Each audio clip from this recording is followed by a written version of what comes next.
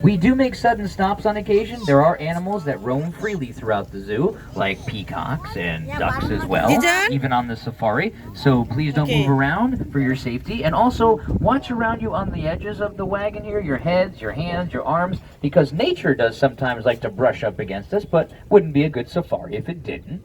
I'm going to be your paleontologist assistant today, everyone, and we're going to see scenes of actual fossil evidence brought to life so you can see what dinosaurs were doing back in their time.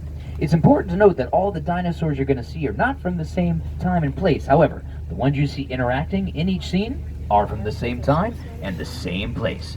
And we're going to turn the corner here in just a moment, see our very first dinosaurs. You may even be able to hear them if you listen carefully. The ferocious pink flamingo. Wait, what? Yeah, paleontologists agree that dinosaurs went extinct 66 million years ago, but those that did not evolved into birds. In fact, we call birds avian dinosaurs, and the dinosaurs that went extinct, non-avian or non-bird dinosaurs. Sounds like they're having a cocktail party. Why wasn't I invited? There they are. Aren't they beautiful? Yep. Did you know that flamingos like to sleep standing on one leg? Yeah. And also, like ancient dinosaurs, they eat rocks to help them digest their food. Yeah. And more majestic birds, we have our birds of prey exhibit. You see we have two bald eagle over here, Napoleon and Josephine. Funny how we named them French names. And my favorite animals in the zoo next to them, who loves owls? Yay! Ooh, me? We have a barred owl, two snowy owl, and vultures over here. If you see any behaviors by any of these majestic birds that are reminiscent of the dinosaurs you see on the safari, you're on the right track. So, who's ready to take a step back in time? All right, get ready to think like a paleontologist, everyone, because here we go.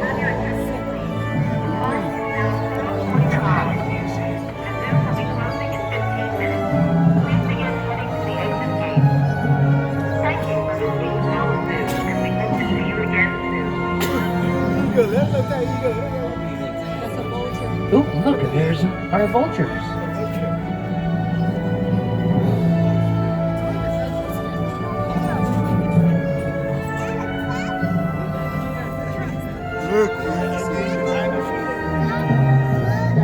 Look up ahead, everyone. The very first ancient dinosaurs on our safari. Jijan, look at the dinosaurs. Those great feathered ones are called Deinonychus. Ooh. They are a cousin of the Velociraptor, and they seem to be pursuing a Tenontosaurus. Paleontologists have found fossil evidence to suggest that smaller dinos like Deinonychus here found strength in numbers, taking down larger prey like Tenontosaurus in groups. Other animals exhibiting pack hunting behavior like this are wolves, hyenas, or even African wild dogs like we have here at the zoo taking down a wildebeest, and these fossils were found in the United States.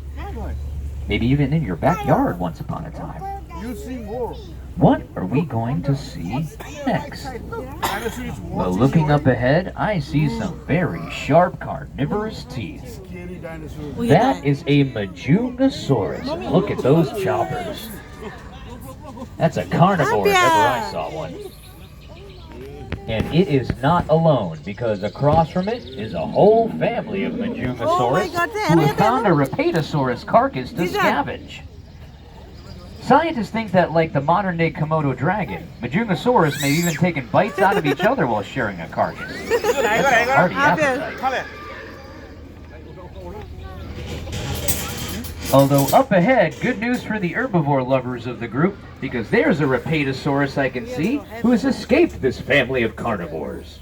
This plant-eating dino grew up to 50 feet long. Oh my god. It's the largest of the non-avian dinosaurs called sauropods who fed on plants. And although scientists don't think that they held their necks upright, their long necks allowed them to reach leaves high up in trees like giraffes do today. And you see their flat, square teeth? That's how you know it's an herbivore. Flat teeth, herbivore. Sharp teeth, carnivore. Now this herd we're about to see are called Pentaceratops.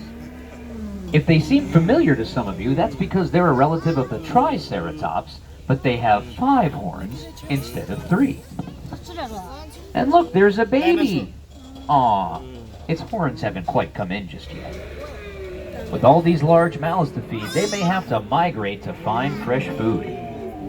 We see the same behavior in American bison today, who you can visit here at the zoo.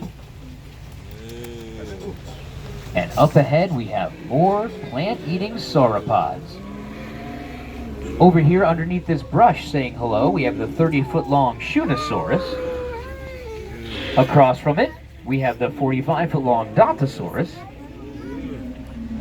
And up ahead, the gargantuan 60-foot-long Omeosaurus. That's the size of 2 school buses from head to toe. Or tail, as it were. They're able to live together because, like in the African plains, you have different animals who eat different plants at different heights. Now, up ahead, we have these beauties called Parasaurolophus. The crests on top of their heads, you see, scientists believe they use to amplify their calls from long distances. So if you listen carefully, they may make a low note, perhaps like an elephant or even a whale.